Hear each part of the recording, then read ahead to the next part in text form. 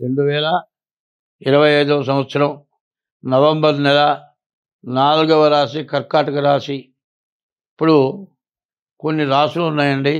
ఈ రాశులు ఎట్లా ఉంటాయంటే సింహస్యాధిపతి సూర్య, కర్కటస్య దిశాకర.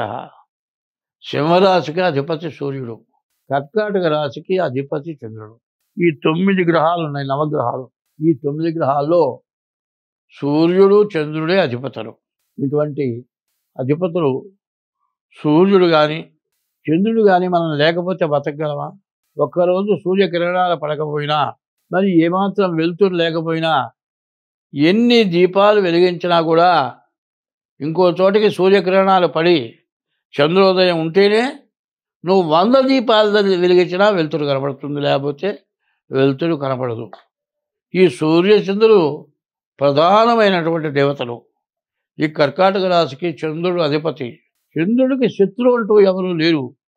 చంద్రుడి యొక్క స్వభావం ఎట్లా ఉంటుందంటే అందరినీ కూడా ప్రేమతో చూసేటువంటి మనస్తత్వం.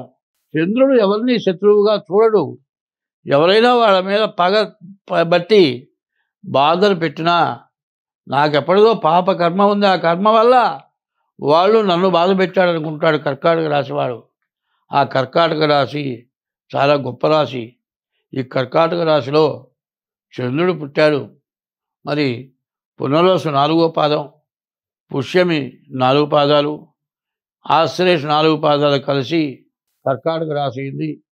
ఈ కర్కాటక రాశి చాలా విశేషమైన రాశి. ఈ కర్కాటక రాశికి కానీ తర్వాత చెప్పబోయే సింహరాశికి కానీ కష్టాలు బాగా ఎక్కువైనాయి. ఎందుకు ఎక్కువైనాయి అంటే సూర్య చంద్రులకే ఎక్కువైనాయి. సూర్య చంద్రులకు ఎక్కువ కాబట్టే ఇంత వర్షాలు కురిసినాయి, ఇన్ని వరదలు వచ్చినాయి, ఇన్ని బిల్డింగులు పడిపోయినాయి, మరి నీటిలో కలిసిపోయినాయి, మరి బిల్డింగులు పేక ముక్కలు పడిపోయినాయి. అమర్నాథ్, కృషికేశ్, మరి ఈ దేశాలన్నీ కూడా కాశీ అంతా కూడా గంగా పుటక దగ్గర నుంచి మొత్తం వరదలు వచ్చేసి మొత్తం నాశనం అయిపోయింది. కాశీ కూడా మునిగిపోయింది. ఇంత జరగడానికి కారణం ఏమిటి? పాపమే ప్రధానమైన కారణం. ఈ పాపమే మనకు కాదు, సూర్య చంద్రులకు కూడా కష్టం వచ్చింది. సూర్య చంద్రులు కూడా సరైనటువంటి ఎండ కాచిందా మనకి? ఇంతవరకు సరైన ఎండ కాస్తే రోగాలు పోతాయి. కనీసం పుట్టిన పిల్లలకు పసిగర్లు అయితే పొద్దున్నే సూర్యకిరణాలు చూపించమంటున్నారు. అటువంటి సూర్యుడు కనపట్టలే. ఆ సూర్యుని ఏమంటున్నారు? ఉదయం బ్రహ్మస్వరూపము, మధ్యాహ్నంతో మహేశ్వరము, సాయంకాలం స్వయం విష్ణు, త్రికాలం దివాకరం.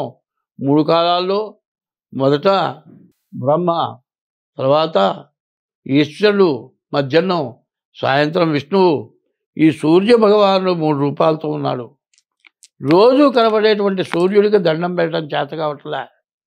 మరి దేవుడి గుళ్ళోకి వెళ్ళి దండం పెట్టలే, మంచి మాటలు వింటల్లా, తల్లిదండ్రులకు అన్నం పెట్టట్లా, భార్యను సక్రమంగా చూడటల్లా, పరస్త్రీ వ్యామోహంతో ఇంట్లో పెళ్ళాం పిల్లల్ని సరిగ్గా పోషించటంలా, ఇంకా మించిపోతే భార్యని వదిలిపెట్టి పరస్త్రీతోటే జీవితాన్ని గడపడానికి డైవర్స్ ఇవ్వడానికి సిద్ధపడి భార్యని పిల్లల్ని తల్లిదండ్రుల్ని భ్రష్టు పట్టించి నీవు కన్న పిల్లలకు కూడా జన్మనిచ్చిన తల్లిదండ్రులు ద్రోహం చేసి నువ్వు బాగుపట్టలేదు, అవన్నీ బాగుపడినట్లే.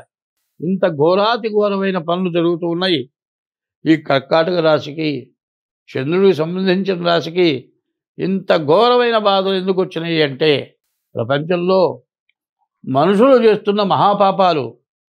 5 సంవత్సరాల పిల్లలకి ఇంజక్షన్లు ఇచ్చి మరి వాళ్ళని మెచ్యూర్ చేసి వ్యభిచార గృహాల్లో ఆ పిల్లల్ని వాడుతున్నారు. ఇది అందరికీ తెలుసు, తెలియని వాళ్ళు ఎవరు లేరు. వాటిని ఏమన్నా ఆపుతున్నారా? ఎయిడ్స్ రోగం ఎందుకు వస్తుంది? దురాగతమైన వ్యభిచారంతో వస్తుంది. చిత్తకార్తెలోని కుక్కలు గెలుస్తాయి. మిగతా కార్తెల్లో కుక్కలు గెలవడం చూసామా? చిత్తకార్తెలో కుక్కలు కలిసి సంతానాన్ని అంటున్నాయి. అంటే 4 కాళ్ళ జంతువుల కంటే మనం మనుషులను చెడిపోతున్నాం. అంటే మిమ్మల్ని అంటే నన్ను కూడా అనుకుంటున్నాను అనుకోండి. మనం అటువంటి చెడు మార్గాలు తొక్కకూడదు. తల్లిదండ్రులు దైవం, భార్య ఇంటికి లక్ష్మి, కలకంటి కంట కన్నీరు లెక్కిన సిరి ఇంట నిలువ నేరదు సుమతేనుంది. మరి మొన్నటిదాకా మార్చి 30 దాకా మరి కర్కాటక రాశికి శని అష్టమంలో ఉన్నాడు. మార్చి 30కి శని నవమానికి వచ్చాడు. నాది పుష్యమి నక్షత్రం. మరి అష్టమంలో శని ఉండగా మోకాలికి ఆపరేషన్ అయి 15 కుట్లు పడి ఒక ప్లేటు వేసి 5 మేకులు వేసి అసలు మానవ జన్మ ఎత్తినవాడు ఆ ఆపరేషన్ అయిన తర్వాత కాలు కింద పెట్టి నడిచి ఎరగడు అని చెప్పారు డాక్టర్. అటువంటిది వాళ్ళ బాగా నడవగలుగుతున్నా. దైవబలం, దైవే బలే దుర్బలే. దైవబలం లేకపోతే వాడు దుర్బలుడు, ఎందుకు పనికిరాని వాడు అవుతాడు. ఈ కర్కాటక రాశి పరిస్థితి కూడా మరి దొంగ ఉబ్బలి అంటారు. నేల బాగానే ఉంటుంది, గడ్డి పెరుగుతుంది, అక్కడికి పోతే మనిషి మొత్తం లోపల కూరుకుపోతాడు. అట్లాంటి పరిస్థితి కర్కాటక రాశికి కూడా కనబడుతోంది. ఈ కర్కాటక రాశి పరిస్థితి ఏమిటంటే కర్కాటకంలో గురువు, ఈ గురువు బాగాలేడు. మరి శని 9 శని బాగాలేడు. మరి తర్వాత కుజుడు నిన్న దాకా 4 ఉన్నాడు, పంచమానికి వచ్చాడు. అన్ని రకాలుగా కూడా చాలా బాధాకరంగా ఉంది. ముందు డేట్ ఆఫ్ బర్త్ ద్వారా జాతకం చూపించుకోండి. ఓ చోట ఒక పాట రాశారు, జీవితముల సగభాగంబు నిద్దురకే సరిపోవు, మిగిలిన ఆ సగభాగంబు చిత్తశుద్ధి లేకపోవు, అతి నిద్రాలోలుడు తెలివిలేని మూర్ఖుడు, పరమార్థం కానలేక నిద్దురకే చెడతాడు, మత్తు వదలరా నిద్ర మత్తు వదలరా. 24 గంటల్లో 12 గంటలు నిద్రపోతున్నాం. మిగతా 12 గంటల్లో చిన్నతనంలో చదువు, యవ్వనంలో భార్య, తర్వాత ఉద్యోగం, సంపాదన, పిల్లలు, ఈ లోకంలో పడి నీవు ఏది చేయాలో అది చేయటం మర్చిపోతున్నావు. పెద్దవాళ్ళు చెప్పింది వింటల్లా. దైవాన్ని నమ్మాలి. ఒకప్పుడు దైవాన్ని నమ్మే మళ్ళీ మన భారతదేశం నిలబడ్డది. ఈ భారతదేశం నిలబడాలంటే దైవాన్ని నమ్మి దైవాన్ని పూజిస్తేనే మరి ఇంగ్లాండ్ వాళ్ళ దగ్గర నుంచి మన రాజ్యాన్ని మనం తీసుకోగలిగాం. కాబట్టి ఇప్పటి కూడా అదే పరిస్థితి రాబోతోంది. హిందువులు మొత్తం మారిపోయి ఇంకొక మరి స్థానానికి వెళ్ళిపోతున్నారు. మన మతాన్ని వదిలి ఇంకో మతానికి మారిపోతున్నారు. ఇది చాలా ఇబ్బందికరమైన టైము. వాళ్ళకే ఇబ్బంది, ఎవరికీ ఇబ్బంది కాదు.